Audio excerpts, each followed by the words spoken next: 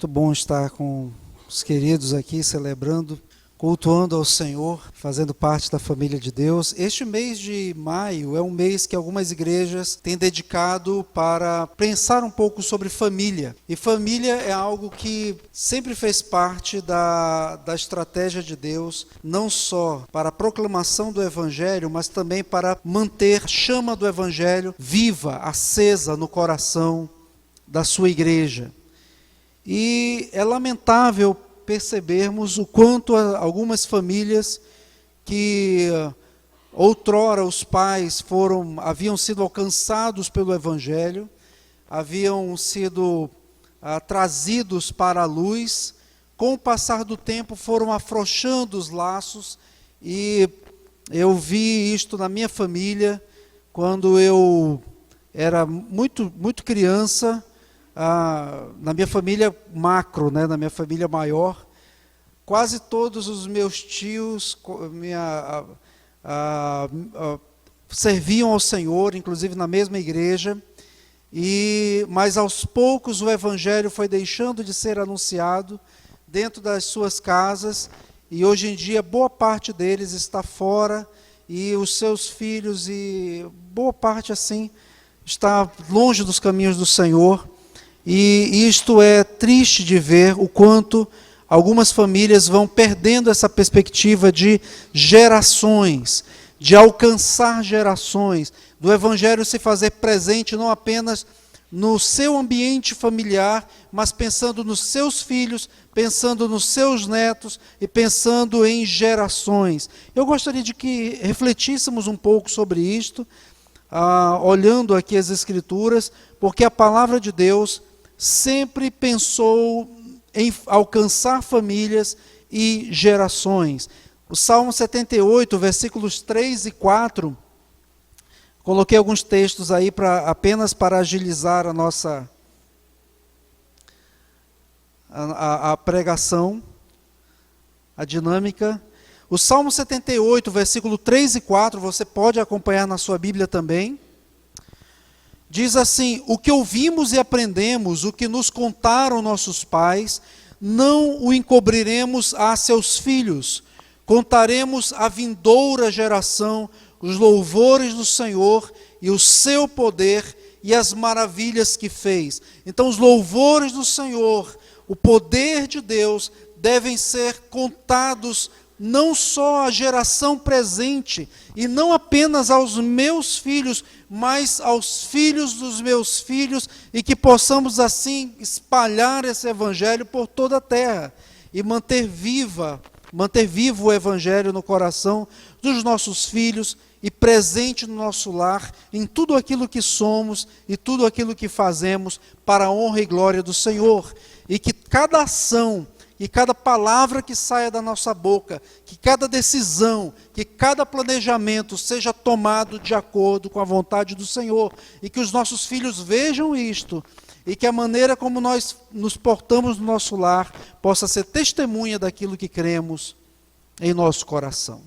Com isto eu convido que você abra, por favor, a sua Bíblia, lá em Deuteronômio capítulo 6. Agora, aqueles amados que haviam deixado o Egito, estavam diante do cumprimento da promessa que Deus havia feito a Abraão, e que havia renovado tantas vezes, e que depois de um bom tempo, um bom e tenebroso inverno no Egito, agora libertos, e depois de passar por muitos anos no deserto, 40 anos, estavam agora vendo as portas, a terra de Canaã, a terra que mana leite e mel. E o Senhor então destaca, olhe aí no versículos 10 e 11, havendo-te, pois, o Senhor teu Deus introduzido na terra que sob juramento prometeu aos teus pais, Abraão, Isaque e Jacó, te daria, grandes e boas cidades que tu não edificaste, casas cheias de tudo que é bom, casas que não enchestes, poços abertos que não abristes, vinhais e olivais que não plantastes, e quando comeres e te fartares. Note que aqueles irmãos estavam adentrando uma boa terra, que era cumprimento da promessa do Senhor, e o Senhor se alegra com isso, e destaca aquilo de bom que havia na terra. terra de tudo, cheia de tudo que é bom, casas que não enchestes, poços abertos. Lembre que naqueles dias os poços tinham um valor inestimável, muito maior do que tem para nós hoje em dia, porque a água era quase que um instrumento não apenas de sobrevivência, mas de luxo também. E aqueles amados entravam na terra com poços que eles não haviam cavado, recebendo tudo do Senhor, toda a dádiva, tudo aquilo era manifestação da graça de Deus sobre a vida deles, e o Senhor se alegra com isto. Porque o Senhor gosta de ver o seu povo, cada dia também, melhorando suas condições de vida. E era como se o Senhor estivesse dizendo também a eles, depois de todo o sofrimento que vocês passaram, agora é hora também da conquista da terra e usufruir do melhor que ela pode dar a vocês. Inclusive, os cachos de uva que um só homem não conseguia, ou teria muita dificuldade para carregar. O Senhor não se manifestou contra aquela vida confortável, boa e próspera que os aguardava, mas a preocupação do Senhor estava com que aquele povo se encantasse com tudo aquilo e achasse que de alguma forma fossem merecedores daquilo e pudessem, por causa disso, fabricarem no coração deles ídolos que os pudessem afastar do Senhor e pudessem guiar a vida deles para a satisfação de seus próprios desejos. Por isso que no versículo 14 do texto que lemos, há a seguinte afirmação do Senhor, a ordem do Senhor: não seguirás outros deuses, nenhum dos deuses dos povos que houver à roda de ti. Vocês não devem se encantar porque vocês recebem tudo isto e agora vocês vão relaxar na vida comigo e vão então buscar outros apetrechos para alimentar o coração de vocês, outras fontes que não a mim. E vamos lembrar, deixar claro que idolatria está longe de ser aquele simplesmente ato de se prostrar perante imagens, como o próprio povo havia feito construindo bezerros de ouro. Porque aquela estátua ou aquela construção que às vezes os homens e alguns povos fazem, é tão somente uma personificação ou uma objetificação de algo que está no coração, que representa os seus anseios, os seus desejos, aquilo que está dentro do coração deles. Por exemplo, quando aquela divindade Baal era adorada, que era uma divindade cananita, e sabemos que não há deuses, a forma de falar aqui nas Escrituras é para comunicar a nós o que Deus quer dizer, porque só há um único Deus. Tudo mais que engana são invenções dos homens para enganar o coração deles. Mas, por exemplo, Baal, que era uma divindade cananita e que tinha também uma forma de um objeto, quando as pessoas iam até aquele ídolo e se prostravam a eles, estavam em busca de prosperidade ou de fertilidade na terra. Ou seja, os anseios do coração daquelas pessoas era que houvesse prosperidade, fertilidade, e criaram um ídolo chamado Baal, e dizia: esse ídolo pode nos dar aquilo que desejamos. Por isso que lá em Colossenses, capítulo 3, versículo 5, Paulo diz: fazei, pois, morrer a vossa natureza terrena. E aí Paulo coloca aqui alguns ídolos e destaca o último: prostituição, impureza, paixão lasciva, desejo maligno e a avareza, que é idolatria. A avareza, o desejo, a ambição que os homens têm por riquezas ou por algo mais que lhes possa satisfazer a alma, o coração. E Paulo diz claramente: isto é idolatria. O próprio Senhor Jesus havia dito lá em Mateus capítulo 6, versículo 24, ninguém pode servir a dois senhores. E ele fala isso logo depois de falar sobre a ambição dos olhos. Ali em Mateus capítulo 6, ele diz Ninguém pode servir a dois senhores, pois ou há de aborrecer-se de um e amar ao outro, ou se devotará a um. Note a expressão devotar, que tem o sentido de servir, numa expressão cultica. Se devotará a um e desprezará o outro. Não podeis servir a Deus e às riquezas. A Deus, o Deus vivo e verdadeiro, e o ídolo do seu coração, ou o ídolo do coração de alguém que cria, que pensa que deve viver em busca das riquezas. Avareza, a busca, a ambição por riquezas, idolatria. E Jeremias, capítulo 17, versículo 5, assim diz o Senhor: maldito o homem que confia no homem, faz da carne mortal o seu braço, e aparta o seu coração do Senhor. Algumas pessoas já leram esse versículo de forma equivocada, achando que aí está dizendo, maldito o homem que confia no outro homem. Não é isto que o texto está dizendo. O texto e o seu contexto, você pode ler depois todo esse capítulo 17, mas o Senhor está fazendo um contraste entre o homem que confia em si e o homem que confia no Senhor. E aqui fala do homem que confia em si.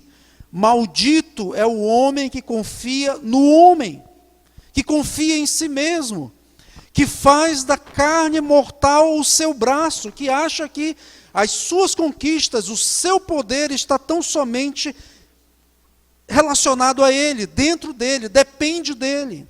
Faz do seu braço mortal, da sua carne mortal o seu braço, e aparta o seu coração do Senhor, tira o seu foco de desejo, de glorificar a Deus, de bendizer o Senhor, de colocar diante do Senhor as suas conquistas, ou a sua vida, e de desejar viver para a glória do Senhor, para viver tão somente para si, e faz do seu coração, ou cria no seu coração, ídolos, que os fazem acreditar, ou enganar, que Deus não existe. E isto, amados, esta advertência contra a idolatria nós encontramos várias vezes nas Escrituras, porque o Senhor sabia o quanto havia pessoas que, de fato, com a boca diziam que o temiam, que o confessavam, mas com o coração construíam ou serviam a ídolos. E isto é um pecado constante, ou é um alerta constante que devemos cuidar na nossa vida. Então, com a advertência que o Senhor Deus fez, lá em Deuteronômio 6,4, eles deveriam lembrar que foi a graça de Deus que lhes havia dado todos aqueles recursos, todos aqueles bens que eles estavam agora recebendo. Assim como nós devemos ter em mente, em nosso coração, que tudo que temos, tudo que recebemos, desde os bens materiais, até mesmo a nossa inteligência, ou a nossa capacidade, ou a nossa saúde, devem ser desenvolvidos, devem ser sim melhorados a cada dia, mas para honrar o Senhor, e como reconhecimento da dádiva que Ele me dá, eu lhe entrego então o melhor, e faço o melhor de mim, para honrar e glorificar o seu nome. Por isso que um crente no Senhor Jesus tem que sim melhorar cada vez mais nas habilidades e nos dons que o Senhor lhe deu. Mas como reconhecimento que tudo veio do Senhor. Então Deus lhe deu algo, o que você tem feito? Desde os seus bens até a sua inteligência, a sua saúde, nós devemos cuidar. Porque a nossa vida deve ter como referencial a glória do Senhor. Devemos ter Deus como referência e não o homem. E a idolatria muda o foco de Deus e coloca o foco no homem. Então imagine agora, ou olhe para o que as Escrituras dizem e imagine a postura daquelas pessoas entrando naquela terra, cheia daquelas coisas boas e dizendo, que coisa maravilhosa. E depois as suas gerações, se não tivessem, ou se não fossem bem ensinadas, estariam esquecendo e achando que eles haviam conquistado com seus braços, que eles haviam cavado aqueles poços, que tudo pertencia a eles. E não é assim. Lá em Deuteronômio 6, 21 e 24, mostra como os pais tinham um papel importantíssimo em ensinar os seus filhos e dizer: vocês vão dizer aos seus filhos para combater a idolatria, para preservar o coração deles íntegro na minha presença, para que eles me tenham como referência absoluta na vida deles.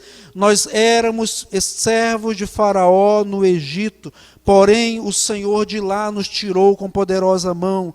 Aos nossos olhos fez o Senhor sinais e maravilhas, grandes e terríveis contra o Egito e contra Faraó e toda a sua casa. Dali nos tirou para nos levar e nos dar a terra que sob juramento prometeu aos nossos pais.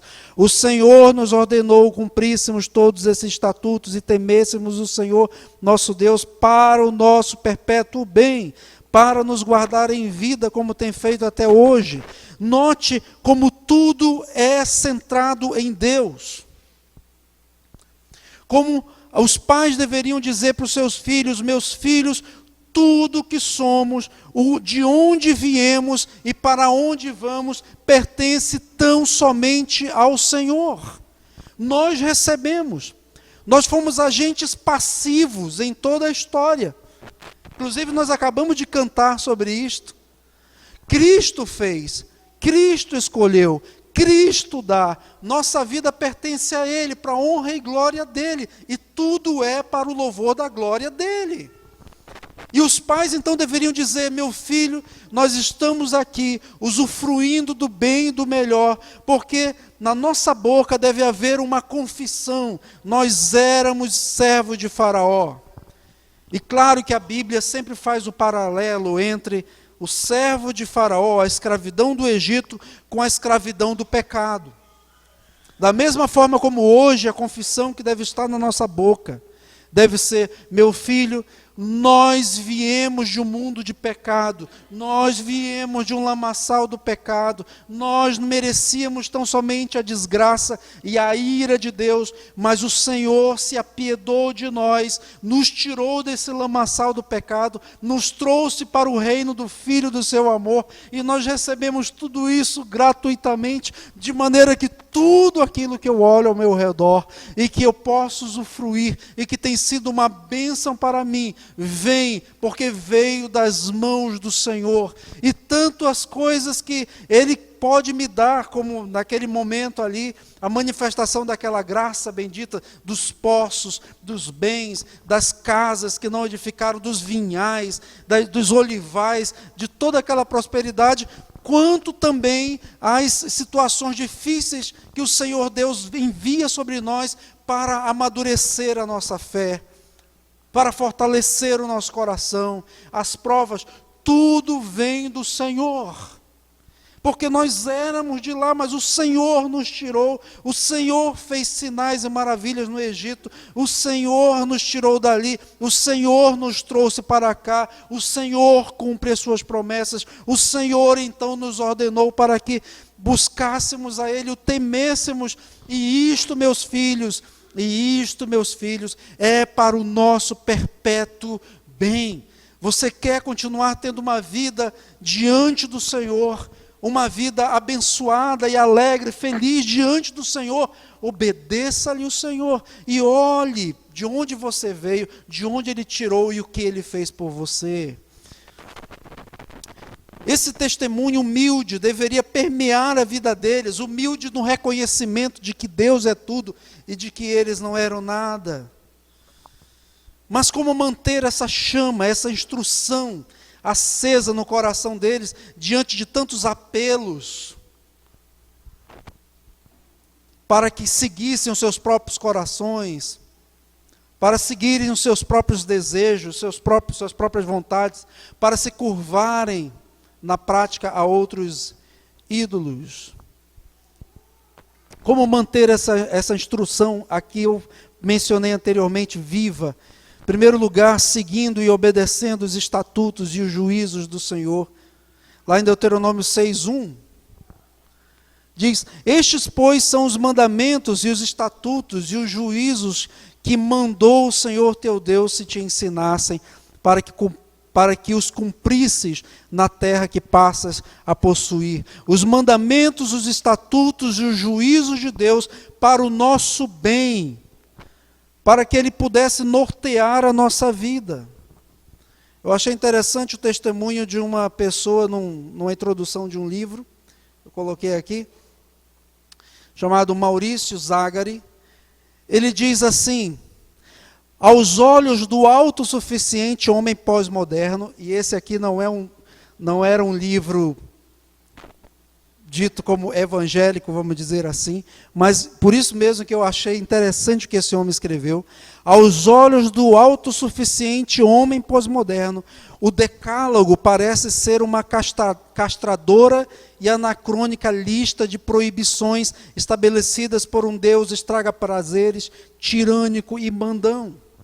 Se os preceitos de Deus são vistos por muitos como normas rígidas de um pai despótico, na verdade eles constituem um passaporte para uma vida equilibrada, harmoniosa e consequentemente feliz.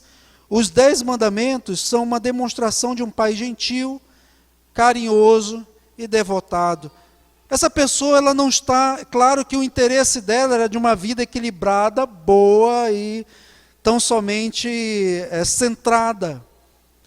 Porque mesmo uma pessoa que não teme ao Senhor, se ele vai olhar aqui no manual do fabricante e seguir e conservar aqueles valores que prega a palavra do Senhor, ele pode ter uma vida boa, feliz e equilibrada.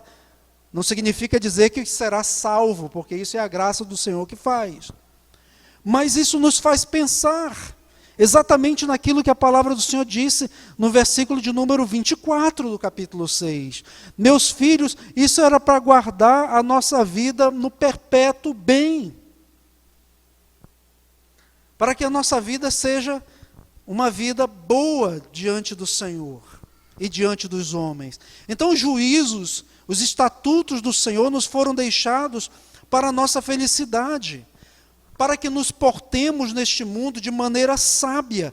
E isto precisamos falar para os nossos filhos. E que tudo mais que se oponha a essa verdade do Senhor é idolatria e quer nos destruir. Olha como Deuteronômio 4:6, esse nós não lemos. Deuteronômio 4, versículo 6. Olha aí na sua Bíblia, mas será projetado também. Guardai-o, pois, e cumpri-os. Cumpre-os os mandamentos, porque isto será a vossa sabedoria e o vosso entendimento perante os olhos dos povos que, ouvindo todos estes estatutos, dirão: certamente este grande povo é gente sábia e inteligente. Os estatutos, os mandamentos do Senhor que precisamos conhecer cada vez mais, a palavra do Senhor, ela guia a nossa vida, ela ilumina o nosso coração, a nossa alma, a tal ponto que ela passa, que quando nós nos regemos por meio dela, o nosso testemunho perante as pessoas é: que povo sábio! Porque eles estão seguindo os ídolos que os estão destruindo. Que povo inteligente! Por isto que o servo do Senhor não pode flertar com os ídolos, com as inclinações deste mundo, com aquilo que eu chamo das teologias de Facebook, ou de qualquer uma outra dessas redes sociais, que mostram algo que pode até ter uma maquiagem bonita, mas que no final das contas trazem a morte e a destruição. Mas quando preservamos vivos os mandamentos do Senhor no nosso coração, isto nos é coroa de glória para a honra e glória do Senhor. E para o nosso bem. Os mandamentos e juízos do Senhor, portanto, devem ser a nossa liberdade contra a escravidão dos falsos ídolos. Por isso mesmo que não está na projeção, olha aí na sua Bíblia em Deuteronômio 6,4. Ouve, Israel, o Senhor nosso Deus é o único Senhor. Esse versículo era um dos versículos chaves, vamos dizer assim, dos judeus, e que eles guardavam era o ouvir. Ouve, Israel, o Senhor nosso Deus é o único Senhor. Não ouçam os ídolos, não vão atrás de outras fontes de sabedoria. Amarás, pois, o Senhor teu Deus de todo o teu coração, de toda a tua alma, de toda a tua força. Qualquer outro projeto de vida que não esteja, ou que não esteja centrada na adoração do Senhor, ou que não tenha a adoração do Senhor como alvo, será idolatria, será desastre e trará destruição para a sua vida.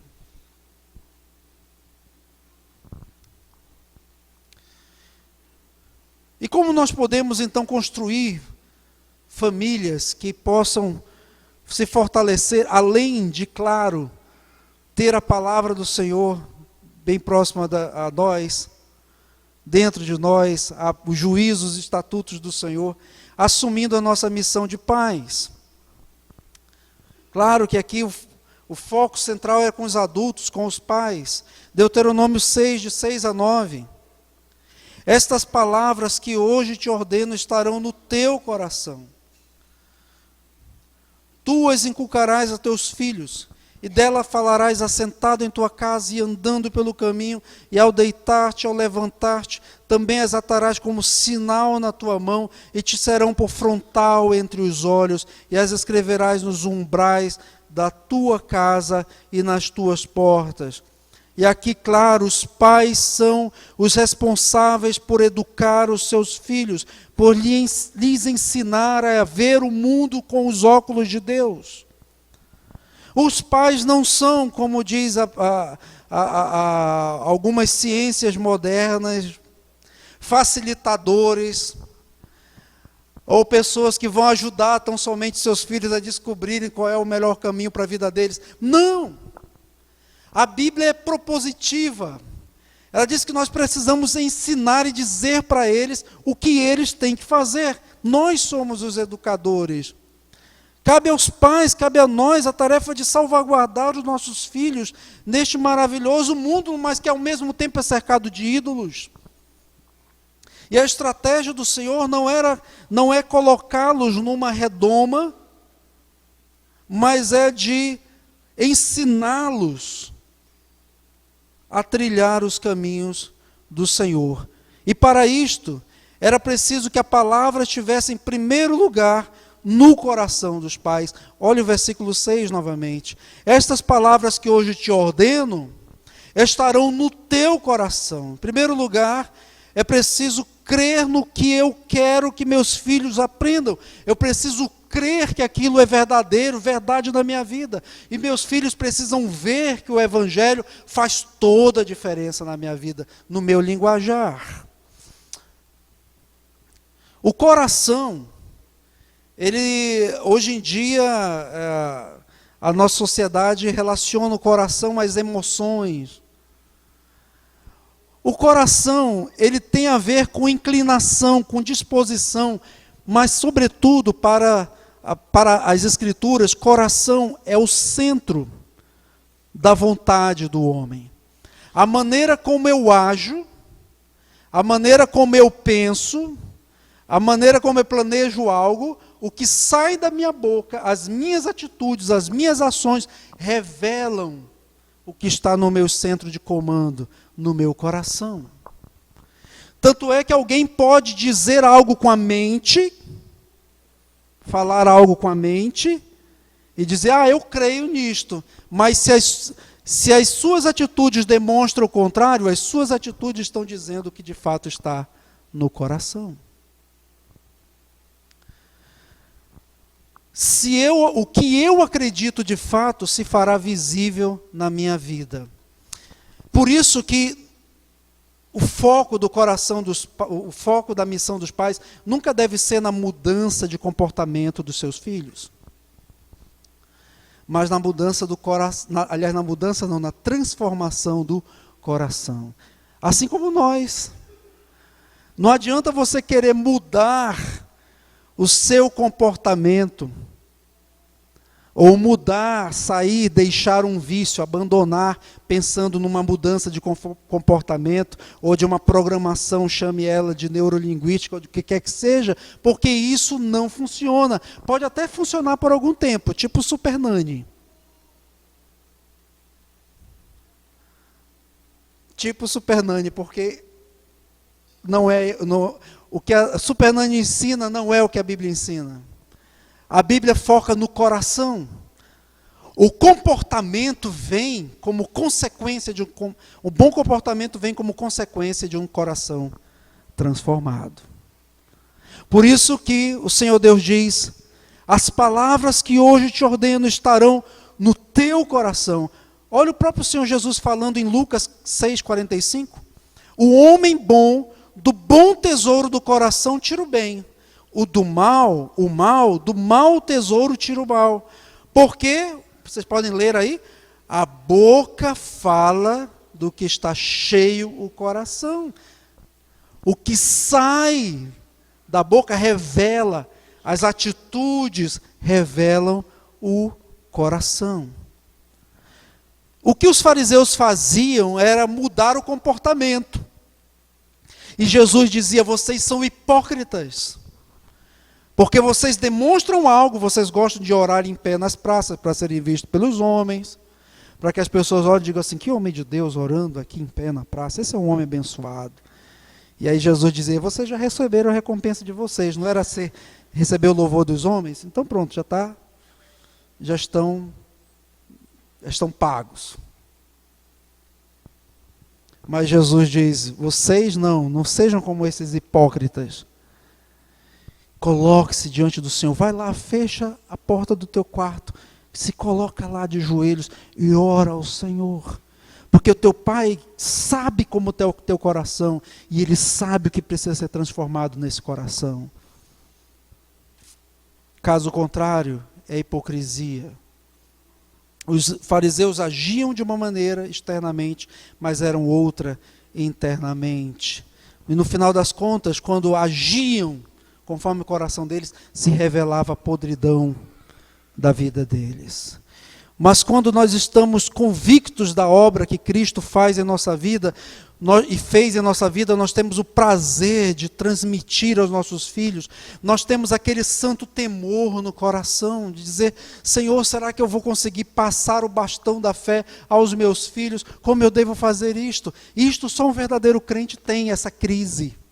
Hoje eu estava conversando com uma irmã muito querida sobre isto, e ela estava dizendo assim: quando eu estava grávida, eu já ficava pensando, eu grávida, Senhor, como é que eu vou lidar com isso? Será que eu vou ser capaz de ensinar a minha filha no caminho que deve andar?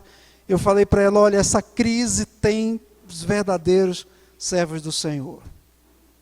Essa crise é boa, no sentido de dizer: Senhor, eu preciso da tua misericórdia. Significa que a palavra está em primeiro lugar no meu coração. Lá em 3 João 4, diz: não tenho maior alegria do que esta, a de ouvir que os meus filhos andam na verdade. Claro que João aqui está falando sobre os filhos, como no sentido dos filhos espirituais, a igreja do Senhor. Mas isso também é aplicável a nós, aos pais, dizer: que alegria ouvir que meus filhos andam na verdade. Mas para isto é preciso que eu encontre tempo para a leitura das Escrituras, para a meditação, para a oração, porque estas palavras precisam estar no meu coração. Quanto tempo você tem investido na leitura das Escrituras? Quanto tempo você tem investido na meditação nas Escrituras? E meditar não é como as meditações das religiões orientais, e dizem que meditar significa esvaziar a mente e tal. Não é isso. A meditação nas Escrituras é o contrário disto. É encher a sua mente da verdade do Senhor. É colocá-la dentro do seu coração. É meditar nela. É muitas vezes clamar: Senhor, tem misericórdia de mim, como eu estou longe desse padrão. Me ajuda a ser esse homem que a palavra de Deus quer e ordena que eu seja. Me ajuda a ser essa mulher que a tua palavra diz. Com a meditação, então eu coloco isso no meu coração e aquilo me aflige.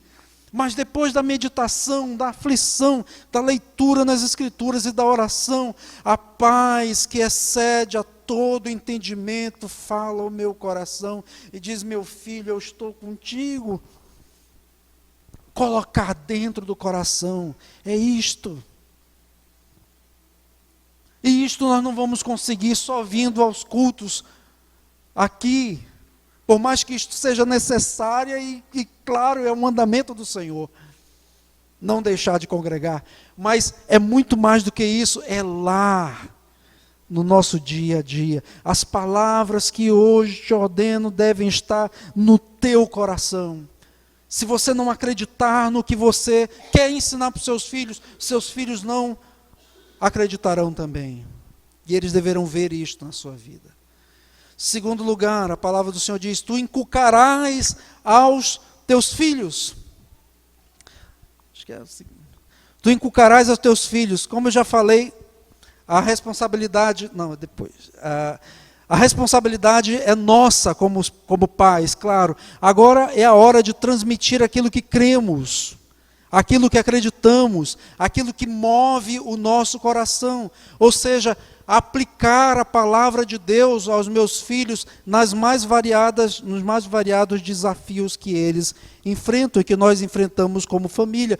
Senão nós criamos uma desconexão da vida com Deus com a vida familiar.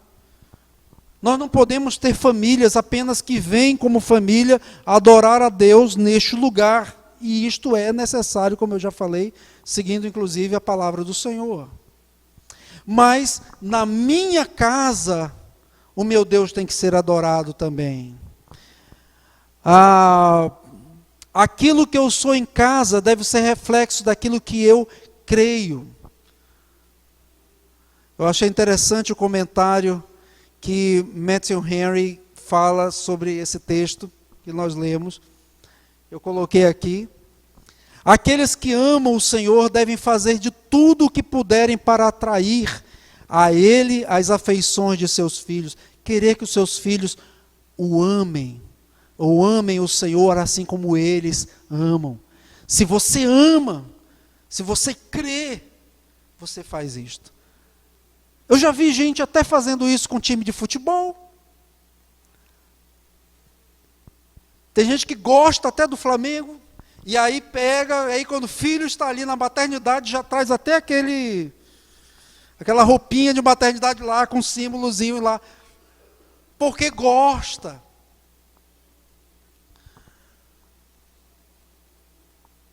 Eu estou só ilustrando para mostrar a você que quando nós amamos, nós investimos naquilo ali.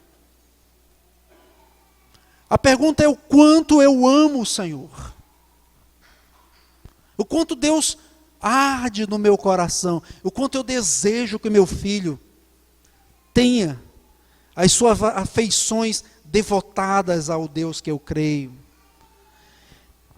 E assim, conservar o vínculo da religião em suas famílias e impedir que seja cortado, como em muitos lares é cortado, infelizmente.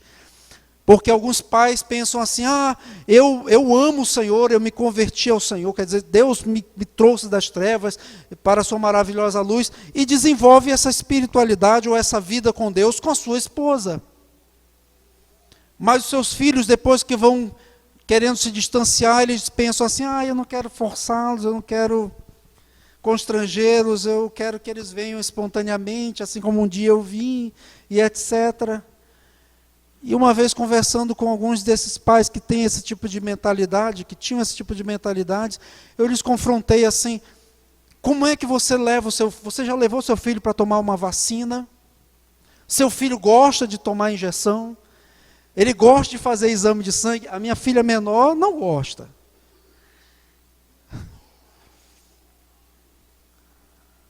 Mas nós fazemos. Por que fazemos? Porque é preciso, é necessário. E eu a amo, então eu levo e que ela faz. E eu seguro lá e é aplicado a injeção, ou o exame é feito. Ou quando levamos os nossos filhos, e de repente tem que tomar uma bezetacil. Não, bezetacil não, que é isso, meu filho. Prefiro que meu filho fique com a garganta inflamada até... Mas bezetacil não. Você não faz isto. Porque você ama seu filho. E é isto que esse comentarista está dizendo aqui. Faça o possível para atrair as afeições do seu filho. Repita frequentemente essas coisas a eles e tente por todos os meios incuti-las na mente deles e fazê-las penetrar em seus corações, assim como ao afiar uma faca, ela é afiada primeiro em um lado e depois o outro. Seja cuidadoso e preciso ao ensinar os seus filhos e vise, assim como uma afiação, avivá-los e colocar neles um gume. Você deve ter um propósito. E ali, o inculcarás é colocar na cuca. Mas a palavra hebraica ali para o inculcar é repetir. É como se a palavra estivesse dizendo, e você vai fazer isto, pai, repetindo, repetindo, repetindo, repetindo. E quem é pai sabe bem como é duro. Às vezes nós estamos falando com os nossos filhos e temos que falar de novo, e temos que falar de novo, e temos que falar de novo. Até quando, Senhor? Sim, meu filho, você está molando, ainda está só começando a pegar o fiozinho. E ainda tem o outro lado. É isto. Mas fazemos porque amamos os nossos filhos. Então, as palavras devem estar no nosso coração, e nós inculcamos aos nossos filhos para lhes livrar dessa perversidade. E que instrumentos que Deus coloca para o nosso bem? Que estratégias Ele coloca à nossa disposição? Como que nós podemos fazer isto da melhor forma possível? Em primeiro lugar, restaurando o culto no lar. Isto é um desafio para nós. Porque nós vivemos hoje no mundo do entretenimento e o tempo passa rápido e eu faço tantas coisas durante o dia e assisto coisas e não é mais a televisão que concorre, agora é a internet. Cada um tem, às vezes, um aparelho dentro de casa e cada um na sua e o tempo voa e passa, daqui a pouco durmo e vem outro dia e etc. Mas Deuteronômio 6,7 diz, tu as inculcarás a teus filhos e delas falarás assentado em tua casa. O culto doméstico é algo que deve estar conectado, algo que está conectado diretamente à nossa teologia reformada. Os nossos pais puritanos prezavam por preservar o culto doméstico. A prática deles normalmente era 2 vezes por dia. Mas você pode fazer pelo menos 1 vez por dia, todos os dias. Entre 10, 15 minutos.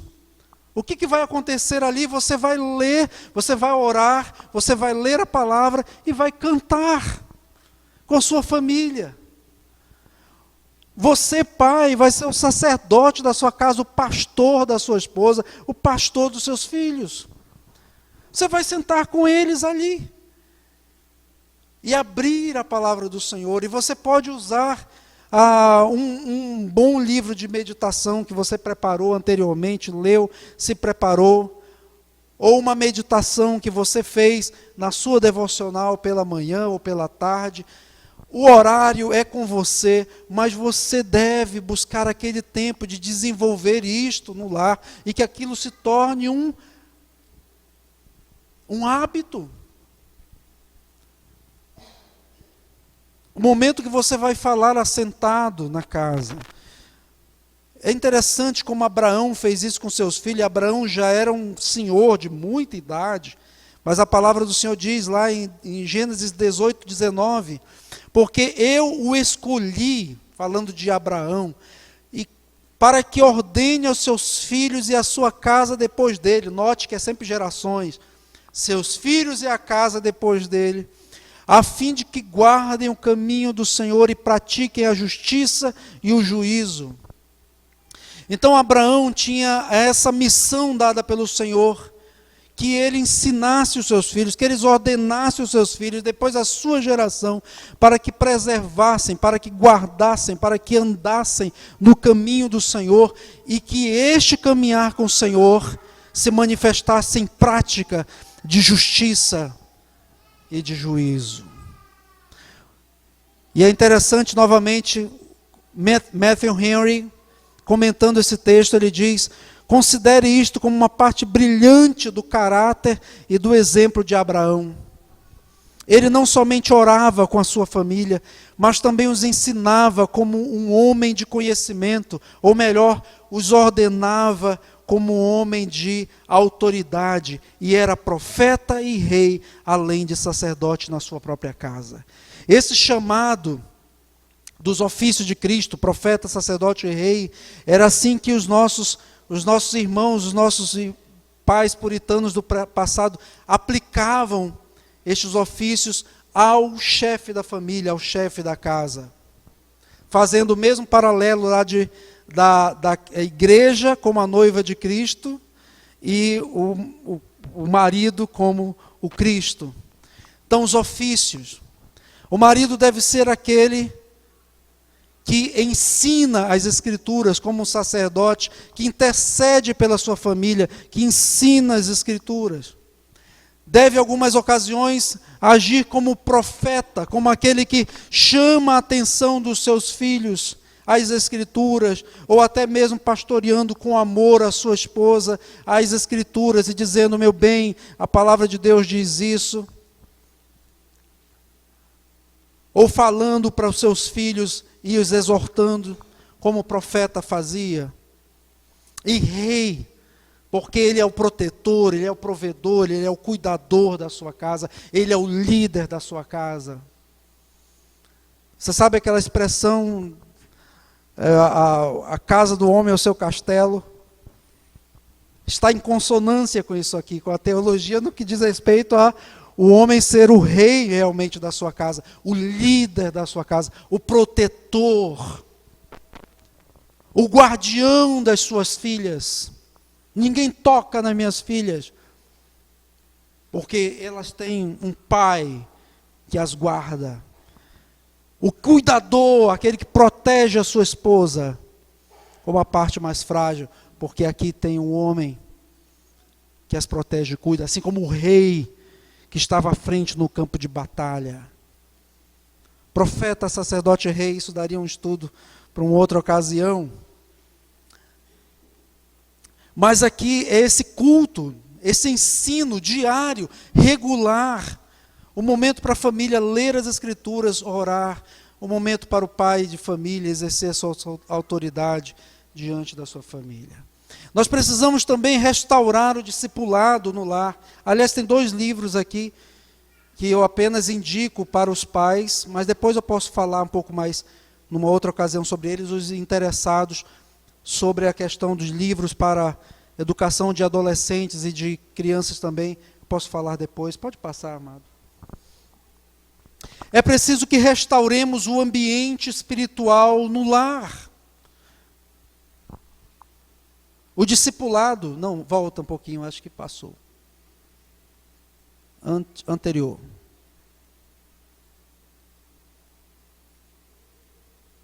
Eu não coloquei aí, pode deixar essa imagem mesmo. Restaurar o discipulado no lar. Deuteronômio 6,7, olha aí por favor. Deuteronômio 6,7. Falei, assentado em tua casa e andando pelo caminho e ao deitar-te e ao levantar-te. Andando pelo caminho, ao deitar-te e ao levantar-te. Ou seja, são situações cotidianas, triviais, sejam elas boas ou ruins. Eu mostrei aquele livro chamado Tempo de Oportunidade, ou A Idade da Oportunidade, porque eu acho interessantíssimo como o pastor Paul Tripp utiliza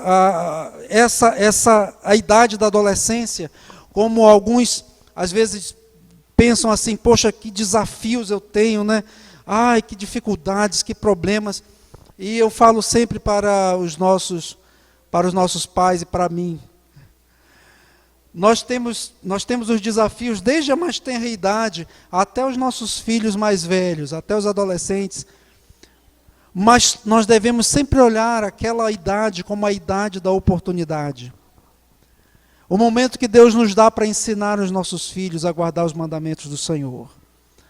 O momento que Deus nos dá para que percebamos o quanto eles precisam ser tratados e o coração deles precisa ser moldados pelo Senhor. E eu sou esse instrumento de Deus pela graça do Senhor, para moldar o caminho deles. É interessante como alguns pais às vezes se veem como uma espécie de um coach, sabe essa expressão que está muito na moda aí? Como um treinador. Estou treinando meus filhos para a vida. Péssima ideia. Nós não devemos treinar nossos filhos para a vida. A palavra de Deus não diz isso. A palavra de Deus nos manda sermos discipuladores dos nossos filhos para que eles, preparando-os para viverem para a glória do Senhor.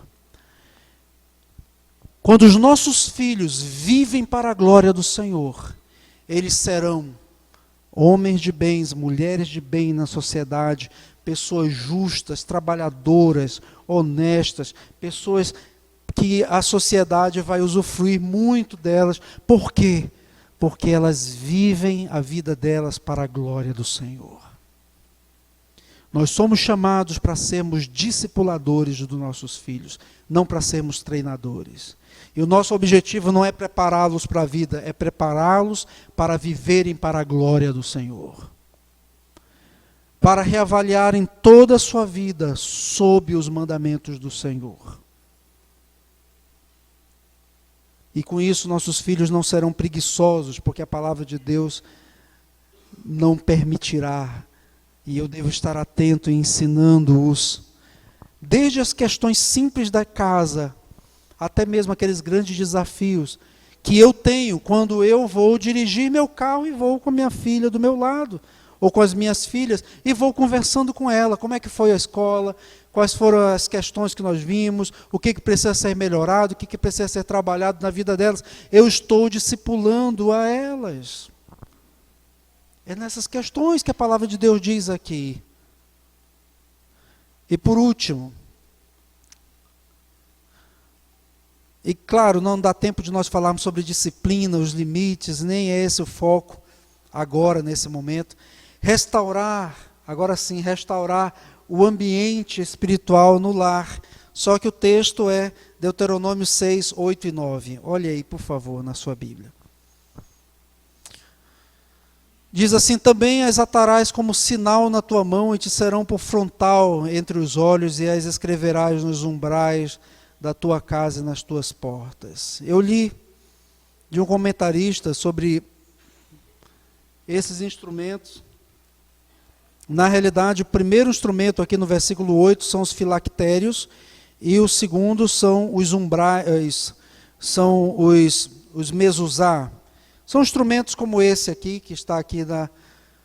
Os filactérios eram, claro que ali são modernos agora, já são assim, mas dentro deles estava ali normalmente o ouve, Israel, o Senhor nosso Deus, é o único Senhor. E normalmente naquela mezuzá ali estava uma cópia dos 10 mandamentos. E o Senhor criticou os fariseus por usarem os seus filactérios enormes para lhes chamar a atenção. Porque aquilo ali, com o tempo, foi se tornando um mero, como se fosse uma superstição, uma tradição supersticiosa. E não era esse o objetivo do Senhor, que se tornasse assim. Naquela época eles faziam isto porque eles não tinham acesso às escrituras como hoje nós temos, eram rolos. Então pequenos pedaços eram copiados e guardados, não era toda a família que tinha.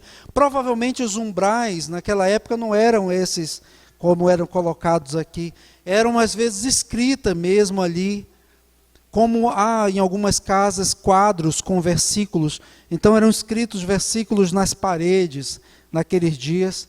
Pode passar, querido.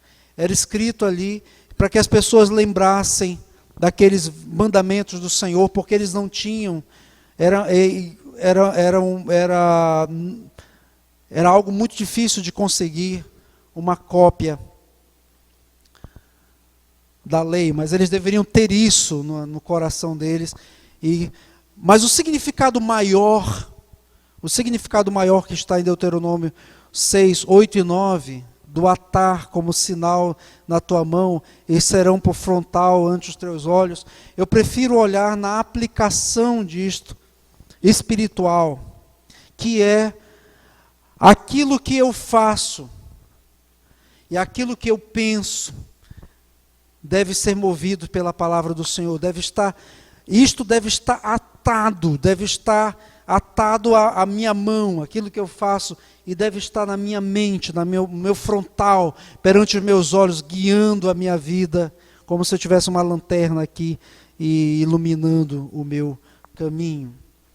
E escrito na minha casa, nas minhas atitudes, no meu ambiente todo reflete a palavra do Senhor, a lei do Senhor. Isto é muito mais profundo do que esses usos que as pessoas depois fizeram, que os judeus até hoje fazem e que não tem valor algum diante do Senhor. Porque o que o Senhor Deus hoje quer é que nós tenhamos isso de maneira espiritual em nossa vida e que vivamos assim. Então, que a palavra de Cristo esteja moldando aquilo que fazemos e aquilo que pensamos, e esteja presente em todo o nosso ambiente familiar. Amados, concluindo,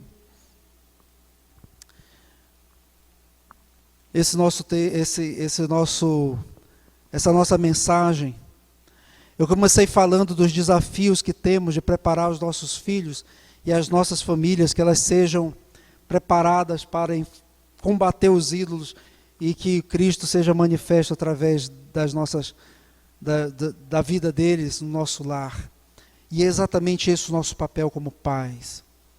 Que o Evangelho esteja presente, que ao invés de ídolos no coração dos membros da família, esteja restaurado e colocado no nosso lar Cristo.